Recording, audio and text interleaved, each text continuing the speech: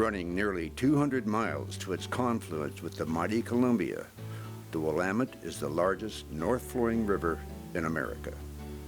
With the second largest falls in the United States dividing the river near the end of the Oregon Trail at Oregon City, the river has long offered two diverse ecosystems, one above the falls and one below the falls.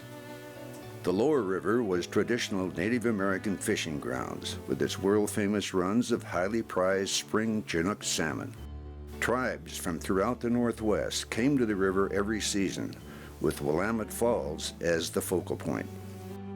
Above Willamette Falls, the river has provided a more pastoral setting for hunting, trapping, and farming, and in fact, is still the world's most productive and diverse basin for agriculture and horticulture. Today, the divide between the upper and lower reaches of the river continues to be readily apparent, with a suburban and urban atmosphere from Oregon City 12 miles downstream to the city of Portland.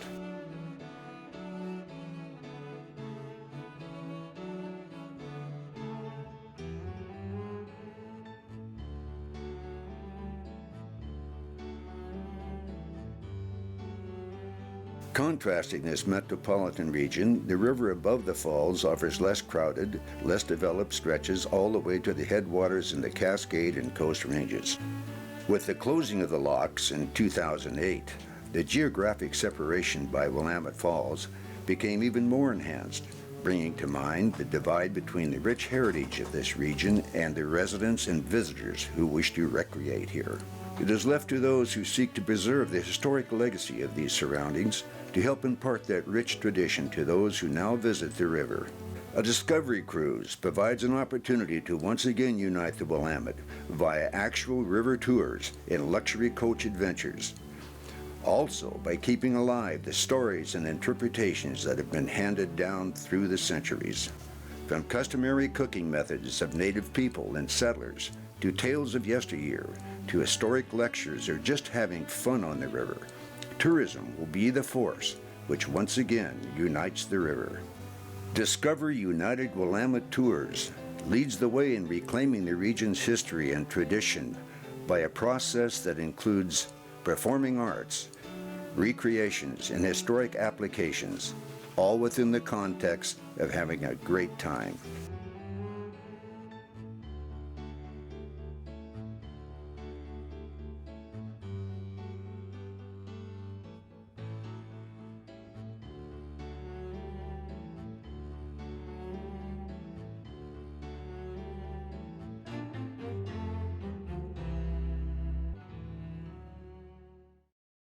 Here are some of the voices of our guides, captains, and storytellers.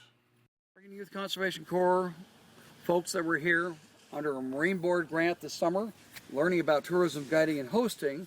Damien, Cody, Ashley, Kevin, Juan, and Tim.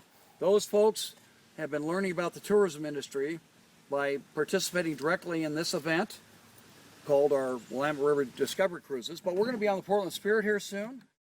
Portland located, or where did it start and why in that spot? Have any idea? To our right? Well, you can turn a sailing ship around. The river was wider right here between those bridges, this whole area. So this city of Portland was built here.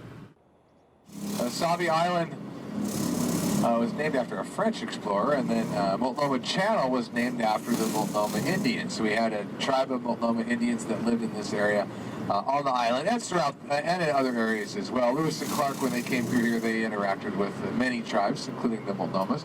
Lewis and Clark even spent some time on Sauvie Island. On the other end of it, though, down where St. Helens is at now, the town of St. Helens, they did spend a little bit of time on the island.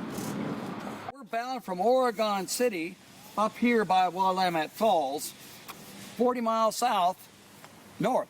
We're going to go north today. We don't want to go south. To the Columbia River, where the Willamette and the Columbia come together. Starting up here in Oregon City, we have the Arch Bridge. You know that Arch Bridge? Isn't that beautiful? This tour today is sponsored by the Clackamas County Mount Hood Territory Tourism Division. They're helping us promote it, and the Clackamas County Arts Council. It was elevated by poles and had the chief or the person in it with all of their artifacts. Now, It was a very interesting spot. Lieutenant Broughton named it Burial Rock. Further down, the mountain isn't there anymore.